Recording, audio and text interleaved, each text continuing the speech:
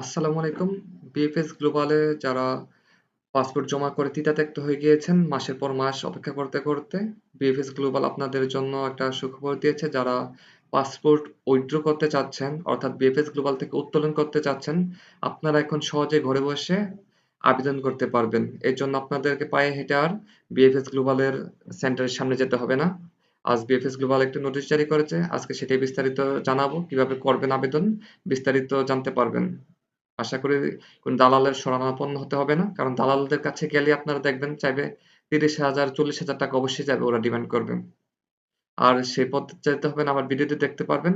আর description বক্সে আমার WhatsApp number দেওয়া আছে, চাইলে যোগাযোগ করতে পারেন যে কোনো প্রয়োজনে। ধন্যবাদ। স্ক্রিনে দেখতে পাচ্ছেন আমি বিএফএস গ্লোবালের ওয়েবসাইটে ঢুকেছি। এখানে দেওয়া আছে যে update on passport withdrawal request submission. এটা আমি বাংলা করে নিচ্ছি, তাহলে পড়তে সুবিধা হবে। দেখেন বাংলাতে কনভার্ট করে ফেলতেছি,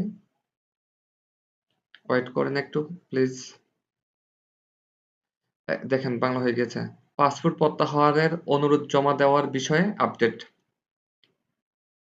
এখানে বলা হয়েছে যে পাসপোর্ট উত্তোলনের জন্য ইতালি ভিসা আবেদনকারীরা কেবল তাদের আবেদনের রেফারেন্স নাম্বার, বারকোড নাম্বার এবং তাদের পাসপোর্ট ফেরত চাওয়ার তারিখ উল্লেখ করে নিম্নলিখিত ইমেল আইডিতে পাঠাতে পারেন।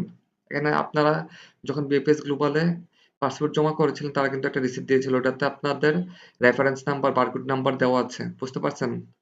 আর এখন বর্তমানে বিএফএস গ্লোবাল একটা ইমেল আইডি ক্রিয়েট করেছে যারা পাসপোর্ট উইথড্র করতে চাচ্ছেন। এখানে ইমেল অ্যাড্রেস দেওয়া আছে, ওই ইমেল আইডিতে আপনারা আপনাদের বারকোড নাম্বার, এরপর passport number, sorry reference number, barcode number এবং কত তারিখে আপনারা পাসপোর্ট পেতে চাচ্ছেন ওই তারিখটি উল্লেখ করে ওদেরকে একটা মেল করতে হবে। এজন্য আপনাদের একটি অবশ্যই ইমেল আইডি থাকতে হবে।